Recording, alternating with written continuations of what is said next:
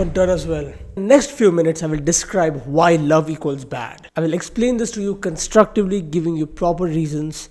And at the end of the video, we'll see how bad love really is. And when I say love, I mean romantic love, obviously. Well, should we write the video title first? I'm gonna try and keep a better handwriting this time. Yeah, I say that good enough. The first bit of constructive criticism that I have for love is love goggles. I've heard this exact term, love goggles, way too many times before, but for this video's sake, I will assume that you don't know anything about it and you will listen to me while I speak. Love is not a very sudden thing that happens.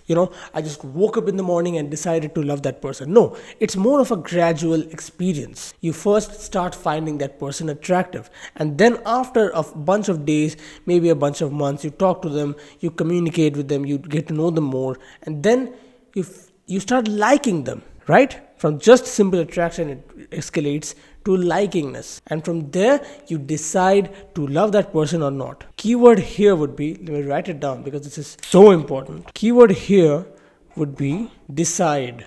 We're going to come back to this in like a few minutes. You decide to like that person. And once you decide, you escalate from likingness to lovingness. You now just don't like this person, but now you love this person. And it's that exact moment when you become obsessed with that person. You love that person in your head and you obsess over them. You can't stop thinking about them. And that is when your entire life falls in jeopardy because you lose focus on your goals. You lose focus on your work. It is this obsessive love-like state which we call love goggles. It basically means you stop seeing the flaws in that other person. You stop seeing why that person is not perfect and just a human being. You start treating that person, you pedestalize that person above you. And that ironically separates you more from that person, which is not the result that you want. But we'll talk about that not in this video. We'll talk about the focus that you lose. Now let's get back to this point. Decide.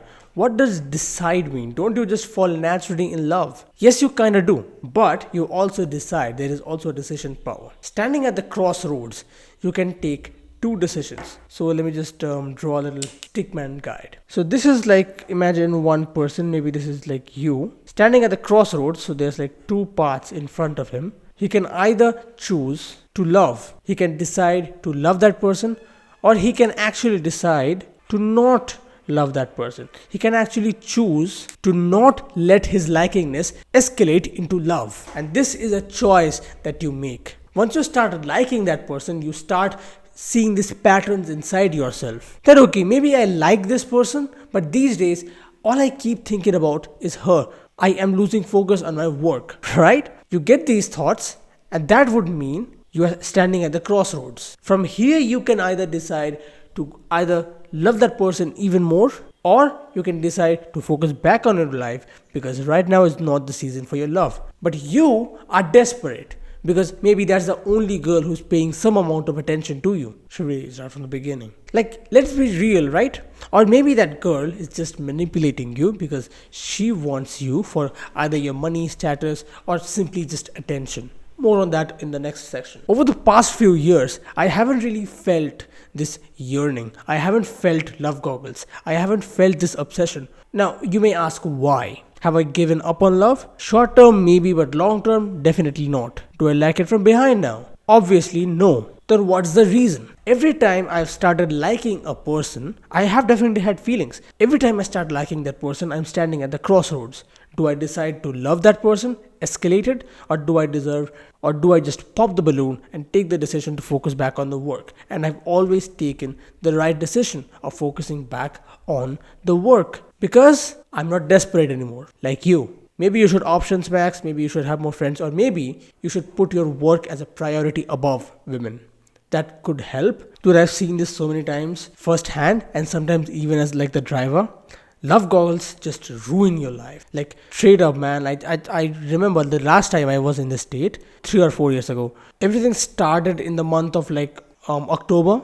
And then my life constantly just went downwards after that. And by December, like my nofap streak was gone, even though I had a girl.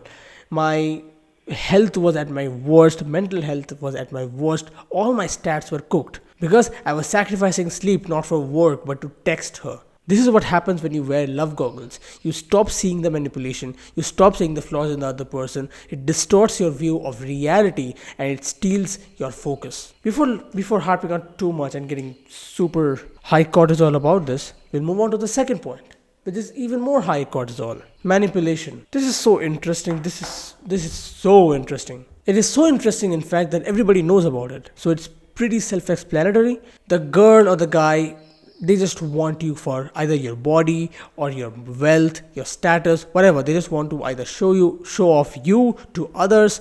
It could be anything but love. Okay, it's always shallow. Look, I've been in school, I've been in college for quite some time. I am yet to see a true love kind of a situation. I am yet to see that. Okay, in my experience, I've never seen anything but a shallow kind of a relationship where one is just manipulating to get something out of the other person. Maybe it's not even money or status, it's maybe just attention. Like, dude, one of the benefits that you get from having female friends, close female friends, is that they reveal all their cards to you. And dude, I just remember, I just had my homegirl over, right? And she was texting somebody, and then she just kept getting a bunch of notifications, and she got like visibly irritated. I asked her what happened, and she was like, oh, this guy just keeps texting me. He just keeps disturbing me all the time. I don't reply to him much, but he still keeps texting me. I was like, why don't you tell him to shut up and then just block him? That would at least give him clarity. She was like, oh, I don't know. And you know the response that you would expect from the girl, right? The more messed up thing is she's actually a good person. She's actually a kind and endearing person, but it is just gotten into like a random natural habit. I know you're watching right now. She's probably watching right now this video. Or maybe she's just too lazy to click on this. Dude, I defend the guys every single time. Like when I will see her text the guy and leading him on and then just farming that guy for attention. And I'll be like, why are you doing that? Just block him, please. I will always defend the guy. And dude, I feel so bad for the victim over here because I have been that once. But now I'm a changed man.